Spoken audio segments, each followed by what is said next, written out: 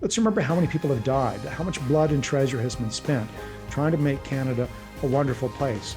All that happened in the 20th century to strengthen Canada and make it a more free, flourishing nation. These are all positive things which we should celebrate on July 1st. Author, columnist, and president of the Aristotle Foundation, Mark Milke, is joining me today. He has delved into the contentious issues plaguing the nation today in his newest book, The 1867 Project. From assaults on historical figures to the pervasive influence of cancel culture and allegations of genocide, Canada finds itself under constant attack. Mark gives me the background and context for this unique book. You'll love how he challenges the skeptics and their corrosive criticisms in a respectful way and offers a hopeful path forward. Today, a special episode of Return to Reason, where knowledge and wisdom intersect. Well, Mark, it's so great to have you on Return to Reason. Thank you for joining us. How are you doing today? I'm great. Thanks for having me on, David. I appreciate it. Well, we've got a lot to talk about. I want to just highlight your book that you guys have been working on. It's going to be coming out very shortly, and I think it's quite fitting, us approaching Canada Day, as your book is titled 1867, as to why Canada should be cherished and not canceled. Tell me, why did you first off write this book? Where did this come from? Sure. Well, the 1867 Project, available on Amazon, by the way, to put that promo in there, really is about trying to push back against cancel culture, against this notion we shouldn't celebrate Canada, that somehow Canadian history had to be perfect if we can at all appreciate Canada at all. So it's really an attempt to say, listen, we got here in the 21st century, care of past generations. I mean, starting 20,000 years ago with Indigenous folk, people we now call Indigenous, that crossed the Bering Plains, or their ancestors did, and everyone else since that built Canada. And try to imagine being a fur trader 500 years ago. You helped carve out the country. Indigenous folk helped carve out the country. Someone who came here 2 years ago from Hong Kong has helped carve out modern day Canada and contributed to it. So we wanted to say it's a mistake to look at Canada and only see warts, only see the bad part of history, as if anybody in history was perfect. So it's a bit of a corrective to the cancel culture that's rampant out there, at least among the chattering classes. I don't think most Canadians want to cancel Canada, but obviously that seems to be a current theme among some talking heads across the country. What are some of the issues that you address specifically in this book that have seemed to contribute to this idea of not being proud of our nation or wanting to cancel events such as the Canada Day festivities that over the last number of years, you've seen lots of different cities and towns contemplating or going through with canceling the celebrations. Even this year in Calgary, I'm not sure if people have been following, but Calgary, your hometown, my hometown here, has been back and forth whether they're going to celebrate or not. So what are some of the issues that you are contributing in this book? Sure. Well, there are 19 authors in addition to myself. We each took a chapter in the book. One example is informed history on John A. Macdonald. John A. Macdonald, his statues have been removed in Victoria, torn down in other parts of the country. He's been vilified. So the author of that chapter in the 1867 Project, Greg Piasecki, a Toronto intellectual property rights lawyer, Greg wrote a chapter on John A. Macdonald saying, listen, you have to understand something about John A. Macdonald. He is not the villain that he's made out to be on Indigenous issues, for example. Here is a fellow who went to bat for Indigenous folk across the country in his era. It's John A. Macdonald that set up what we now know as the RCMP, originally the Northwest Mounted Police. Why did he do so? Well, he did so because it was the policy of the British Empire and then early Canadian leaders like John A. Macdonald that if you're going to settle in Western Canada, you need to have the rule of law. They didn't want what was called the Indian Wars of the United States to be replicated north of the border. So Greg Piasecki in this chapter in the 1867 Project goes into great detail to say, Macdonald actually, this is going to be controversial for some, saved more Indigenous lives than any other Canadian prime minister because he was careful and methodical to try and respect Indigenous, the first people who settled in this country, the people we now call Indigenous, and try and protect them from settlers coming out west. He didn't want to replicate the American mistakes, the American wars, and he was largely successful. The Northwest Mounted Police were there not just to protect settlers from Indians. They were there to protect the Indigenous settlers from the later settlers. So, and by and large, they succeeded. In fact, you have examples, and Greg gives this in the 1867 project in his chapter. He gives examples, of course, of some Native leaders and peoples that crossed the border from the United States precisely to seek protection of the Canadian state. And that was John A. Macdonald's doing. So that's one example of a claim that will be controversial to some. But as Greg, who is himself part Indigenous and Métis, says, look, this chapter is necessary because we need to have actual history discussed in this country, not vilification accounts that expect historical figures to be perfect. And Macdonald had his flaws, including on some Indigenous policy. But he's not the villain that some of the talking heads out there make him out to be. So what do you hope to achieve with this book? Like, if you were to look back in 20 years and see what did this book accomplish, what would you ideally like to see? Well, that people understand that we got here in 2023 on the sacrifices of everyone who built Canada. As I mentioned a moment ago, from the first settlers 20,000 years ago who came across the Bering Straits, or the Bering Plains as they were then, to someone who showed up 500 years ago, 200 years ago, and 2 years ago, or yesterday, a refugee from Ukraine. But Canada, people sometimes, I think the problem these days is people don't understand how ideas matter to history and how we built on the ideas of the past, or that history is nuanced. Let me give you a clear example. In 1858, several dozen Black Californians showed up in Victoria, British Columbia in 1858. Why did they come? They were escaping the prejudice of California, a very prejudiced state in the 1850s. And the Black Californians came to Victoria and did what people who move to Victoria always do. They write back to their relatives and brag about Victoria, and not just because of the flowers. They do this because they find tolerance in Victoria of their day from the British governor, James Douglas, from the Anglican Archbishop. Now, they did encounter some prejudice. Unfortunately, it was from some Indigenous First Nations up island. So history is more complicated than the simple my people good, your people bad narrative that we hear today. One of the things, I don't discuss it in this book, but I did it in my previous book, in The Victim Cult, is I quoted Alexander Solzhenitsyn, who said, the dividing line between good and evil runs through every human heart. And the goal of this book is to remind people that actually everyone has their flaws and virtues, including all of our ancestors. And we better think concretely about how to unite around good ideas, not divide based on identities, past or present. Well, it really seems that in our day, with the rise of cancel culture, there also seems to be this rising of not knowing all the facts, or even caring to know the other side of the story or the full picture. It's almost a convenience culture. You get a snippet of a headline of maybe a biased journalist or a news reporter on something, and people take that and it's inflamed, and they don't get a chance to see the whole story.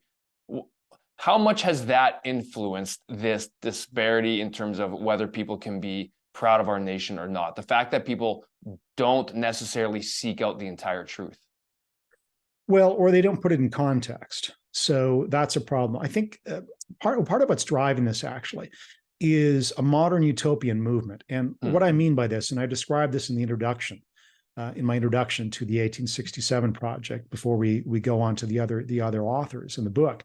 I described the problem with modern utopianism. The way to think about it is this. In the 20th century, utopians, like Marxists, looked to the future and tried to create a perfect future. They were wrong, dead wrong on economics and much else. French revolutionaries in 1789, looking to create a perfect France, and they bring down the ancient regime in an attempt to kind of start from year zero. Utopians are always a problem, but at least the French revolutionaries and the Marxist revolutionaries could argue that perhaps their project could succeed in the future. We have people who look to the past now, to 1867, to John A. Macdonald, to other founders, to an imperfect Canadian history. And weirdly, they expect history to have been perfect, even though history is full of imperfect human beings like us today. And so I think the problem with cancel culture today is that it's immodest. People actually think that the past should have been perfect, even though no one is perfect today. And they're immodest in this sense as well. I think it's unquestionable that 100 years from now, Canadians will look back at you and I and others and go, what were you thinking on issue X or Y, right? Because nobody's omniscient. We're not God. You have 80 years on this planet, sometimes at most, or 100 years. To think that you can know everything by the time you're 23 or 83 is hubris. And so we make mistakes today that future generations will look at and go, what could you possibly be thinking? And the only excuse is, well, we did our best. And in terms of Canada and thinking about it contextually in history, a lot of the ideas that have led to a free, flourishing country today or allowed people from all over the world to flourish now in Canada, it doesn't matter whether you're from South Korea, South Africa, or Singapore, are the ideas of some of the early founders, the British classical liberals that valued the individual, that said the individual is more important than the tribe. And that's another message from this book, The 1867 Project. You have to be very careful not to get into the swamp of identity politics as is happening and looking at people based on skin color, ethnicity. So, but cancel culture has really come from, I think, this utopian perspective that history should have been perfect. I don't know why people would think that. Well, you kind of got into a little bit of my next question. I was going to ask about the rise of identity politics and critical theory and how that really has affected this this criticism and really, well, criticism on Canadians' history. Maybe do you mind touching on a bit more about the rise of critical theory and how that has affected how people view Canada? Sure. So Professor Bruce Party from Queen's University, law professor at Queen's in Toronto, writes the very first chapter in the 1867 Project, talking about, 4 theories of the apocalypse. And one of them is critical theory. He starts with critical theory. I'm no expert on it, but Party is. And in the 1867 Project, Professor Party talks about critical theory as an offshoot of Marxism, really. So again, in the 20th century and before, Marxism thought that everything about the economy was derived from power, that there was no independent reality, and you could recreate human beings and their societies based on kind of a top-down approach to, supply and demand and prices and the rest of it. It was really anti-reality theory. It didn't take into account how human beings behaved. So Marxism was dead wrong. Nonetheless, what happened was when Marxism failed, Party and others look at critical theory. Critical theory is a kind of a revamped, rewarmed, recycled Marxism, where the notion is that everything in life and in society is really just a power game, and that you can create your own reality as long as you seek power. And so there's no objective reality out there. And so Professor Party goes into this and says, the critical theorists actually think there is no objective reality that you can measure success by, or that the project from the Enlightenment, empiricism, where we weigh things, for example, or the scientific method says this is how you get to a better world, is nonsense. And you can kind of declare a better world just by saying we want a better world, right? Which is kind of where woke culture comes from, or social justice advocates these days. They just think if you imagine a better world and use words, you can create it out of your mind.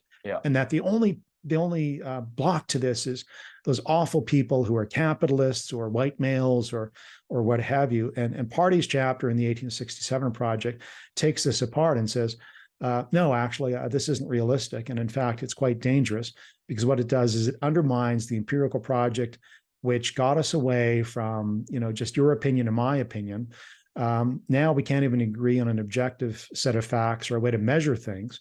So that's dangerous because it undermines really the empirical project that's been, here with us since the Enlightenment, and has led to great progress in science, in the economy, and elsewhere. So long answer to short question, but that's the problem with critical theory. So we go into that in the book. It deconstructs and sort of abolishes and corrodes the foundations of Western liberal democracies. As we move here into Canada today, next couple of days, I'm a proud Canadian. I do love our country. I do believe, just as you're saying, is that human history has its shares of wins and its shares of faults. But I think as we can continue learning from our past and moving forward and growing, but also being proud of what we built and all the people that have contributed, I think in Canada, we have a lot to be proud of and what the country offers. And I want to ask you a question about your book. Does your book offer a path forward in terms of about Canadians looking at Canada and where we can go from here? Well, we do. Myself and the other 19 authors certainly do. I mean, the first part of the book kind of deals with current issues. In the 1867 Project, we delve into identity politics. We delve into cancel culture and the problems with that. And the second part of the 1867 Project is kind of a corrective on history. So the chapters on John A. Macdonald, on, say, the British colonial empire. Were they all bad? No, actually. It was the British Empire that fought slavery. It was a turnaround in British society. And in Canada, we were one of the first countries to abolish slavery under one of the first governors to make it illegal, practically illegal. And it was pretty much dead by 1820 before the British Empire even outlawed it across the empire in 1833. So the second part of the book is a corrective to history. And the third part of the book looks forward. What kind of Canada do we want? And that's where myself and other authors get into, all right, can we rediscover a shared humanity? Whereas Canadians, we look at each other as individuals. We look at each other and we value each other for our character and our merit. The old Martin Luther King vision, which Martin Luther King had for his country, that he wanted a country where people look at each other based on the content of their character, not the color of their skin. Yeah. So how do you rediscover this? Well, we have some ideas at the end of the book, but also in terms of how you approach, it's always going to be connected to how we view history. So let me give you kind of an analogy. Yeah. The problem today with cancel culture and the inability to look forward is that it continually looks at the past. It also says, look, we've discovered a fault in the past. Big surprise. There's a fault in each one of us today. What this does is it's like an oak tree. How does an oak tree become big and healthy from its initial, seedling? Well, when it grows and you see a branch that's diseased on an oak tree, you prune the branch. You don't take down the entire tree because of one bad branch. And it's the same thing with our historical faults in Canada. Canada has been literally a project since 1867, even before. Yeah. And we've continually pruned Canada to make a better oak tree. Yeah. But today you have people that don't want to prune the tree, they want to kill it.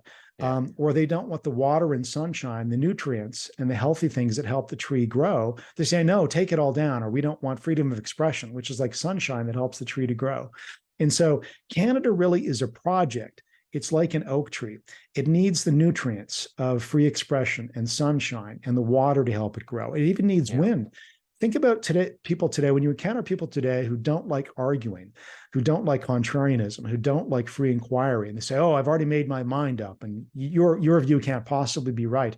That's like opposing wind. A tree needs wind. It needs resistance to grow and make sure its roots are secure. Yeah. So that's what an oak tree is like. Canada is an oak tree. And the proper way to view Canada and into the future is like, what is going to help us grow? What are the ideas that are going to help? What are the nutrients that it's going to help the tree that is Canada grow? It may seem simplistic, but that's exactly what a country is. And we need to unite around laudable ideas, precisely because there's 200 different identities in Canada. When you think about all the nationalities, ethnicities, where people have come from over the centuries and even the millennia. So the last part of the 1867 project is a positive look forward with a reminder that this is a great country. When you consider us compared to most countries in history and most countries now, the fact that you're mostly free to speak your mind, the cancel culture types aside for a moment, that you can mostly succeed, that we don't have a corrupt police force, that we don't have corrupt governments compared to most, across the world. Those are things to be proud of. So yes, the last part of the 1867 project is about rediscovering the Canada that we should cherish. And frankly, let's remember something. Let's remember how many people have died, how much blood and treasure has been spent trying to make Canada a wonderful place. Indigenous soldiers in World War I, who, even though they didn't have the vote, wrongly, 3,000 of them fought and died for Canada. And World War II, fighting against Adolf Hitler. And all that happened in the 20th century to strengthen Canada and make it a more free, flourishing nation. These are all positive things, which we should celebrate on July 1st. Well, and let's be honest, we have people that are continually flocking to come to Canada, to come live and build their lives and give opportunities. A lot of the communities I'm in, I'm meeting people almost on a weekly basis who have just arrived or just came to Canada because they want an opportunity for their family to grow. They love the fact that we have a banking system that they can trust. They love the fact that they can send their kids to great schools and education. We live in a great country, and that's taken a lot of time to build. And I loved your example of the oak tree. That paints a really clear picture, because there is a growing movement, as you've talked about earlier, and maybe it stems out of victimhood and cancel culture, and also the fact that we've got critical theory that's been on the rise for a while now. But this deconstructionist movement about, if something is not going well, let's just destroy the whole thing, deconstruct it right down to nothing. But yet more times than not, there's not a plan in place about how to rebuild or even what to rebuild. It's just, well, and you can't rebuild an oak tree overnight. Of course, it takes 100 years for a decent tree to grow, or 50 years. And so if you poison the roots, you say, well, I see a diseased limb and I'm going to take down the tree, I'm going to chop it down, or I'm going to poison the roots, which is literally what's happening with some of the critical theorists and others and the rest. You can't replace it. All you have is a barren landscape. And you've taken down a thing of beauty that took 100 years to create. And it's actually quite arrogant, right? I mean, really everyone from, again, the first indigenous settlers to French fur traders to British colonialists to those who signed treaties in 1763 in good faith on both sides with indigenous, folk in Canada and vice versa. Everyone has created Canada and the success story that it is. Everyone has created this oak tree. And we should be incredibly grateful on July 1st.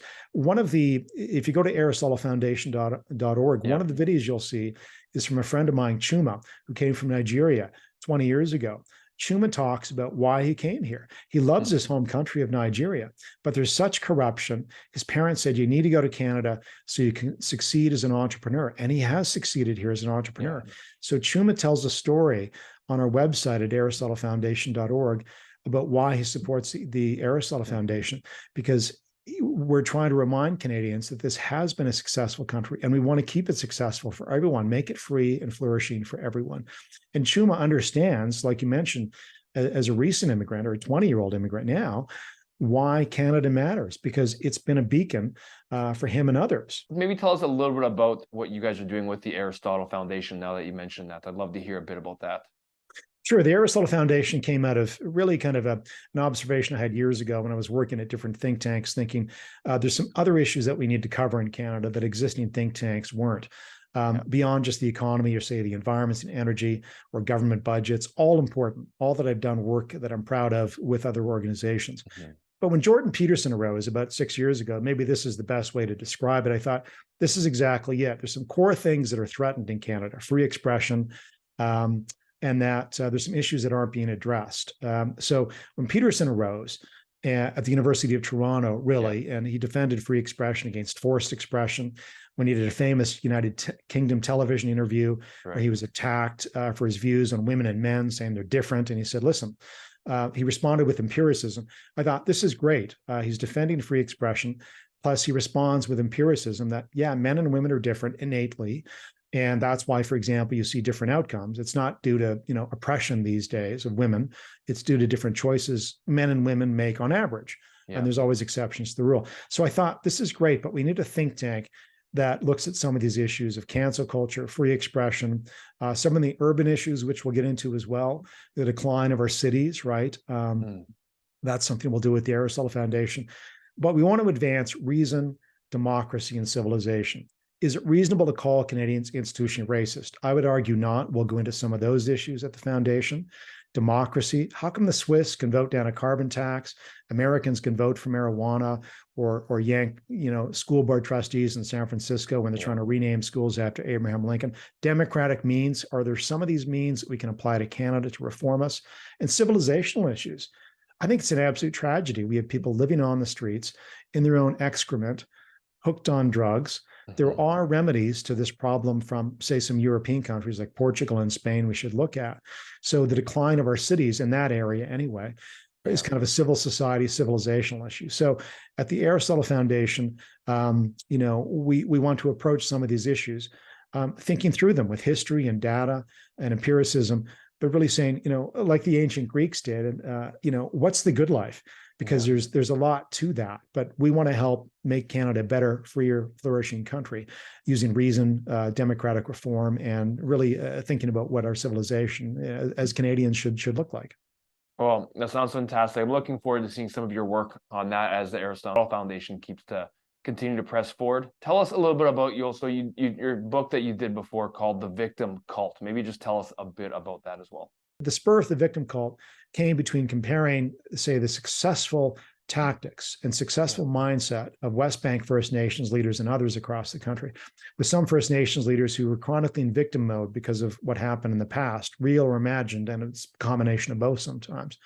And so the victim cult started with that observation, like, all right, we hear a lot of victim talk these days from, in some cases, some First Nations leaders.